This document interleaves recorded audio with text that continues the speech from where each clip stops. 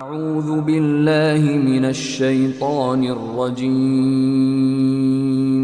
بسم الله الرحمن الرحيم. الحمد لله رب العالمين. الرحمن الرحيم. مالك يوم الدين. إياك نعبد وإياك نستعين. اهدنا الصراط المستقيم. صراط الذين أنعمت عليهم غير المغضوب عليهم ولا الضالين.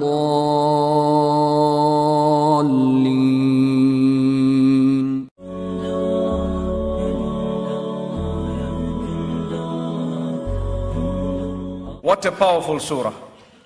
We read it so many times a day. Do we realize what it is all about? Do you know it is called As-Salah? The surah has a name, Al-Fatiha, which means the opening surah. And it has a name, As-Salah, the name of the surah. If someone says, read Surah As-Salah, this is the surah you would read. And did you know that for every verse you read, the Almighty responds every single time you read it, including when we just read it right now? Because the hadith of Rasulullah sallallahu alayhi wasallam, which is agreed upon, he says that Allah subhanahu wa ta'ala says, قَسَمْتُ الصَّلَاةَ بَيْنِي وَبَيْنَ عَبْدِي نِصْفَيْنِ. I have divided the surah, which is Surah Al-Fatiha, known as As-Salah, between myself and my worshipper into two parts. When he says Alhamdulillahi Rabbil Alameen, I'm sure you know the meaning of that, I say my worshipper has praised me. When he says Ar-Rahman Ar-Rahim, again I say my worshipper has declared a form of my praise, mentioned my qualities, the qualities of the mercy of Allah subhanahu wa ta'ala. And then when my worshipper says Maliki Yawmiddin, I say my worshipper has glorified me. Majjadani abdi. And then when he says, Iyyaka na'budu wa iyyaka nasta'in, you alone we worship, you alone we ask for help, I say, that is between me and my worshipper. And for my worshipper is whatever he asks. So Allah is pleased with the first three verses so much.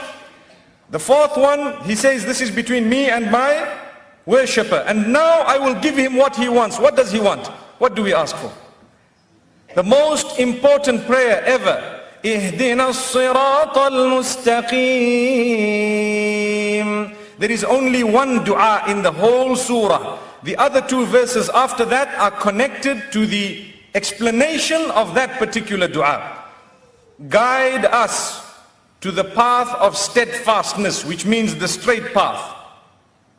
The path of those whom you have favored, and not those who have earned your anger, gone astray or earned your anger. And we read that so many times a day, and we don't realize I'm actually asking the Almighty for steadfastness on the path so many times a day that I don't even know. If I were to ask you off the cuff, how many times did you read Surah Al-Fatiha today? Let's hope you've been reading your salah. You wouldn't know. You wouldn't know, because you would need to sit and count. Okay, Fajr, this is how many times I read it. Dhuhr, this is how many times I read it. You'd need to do some addition. And yet we don't realize, why am I asking for steadfastness? It brings me straight to the meaning of steadfastness. The word istiqamah in the Arabic language translates partly in English as steadfastness, but it has a far deeper meaning, because al-istiqamah refers to everything that should be done being done, and everything that should not be done not being done. That is steadfastness. Amazing.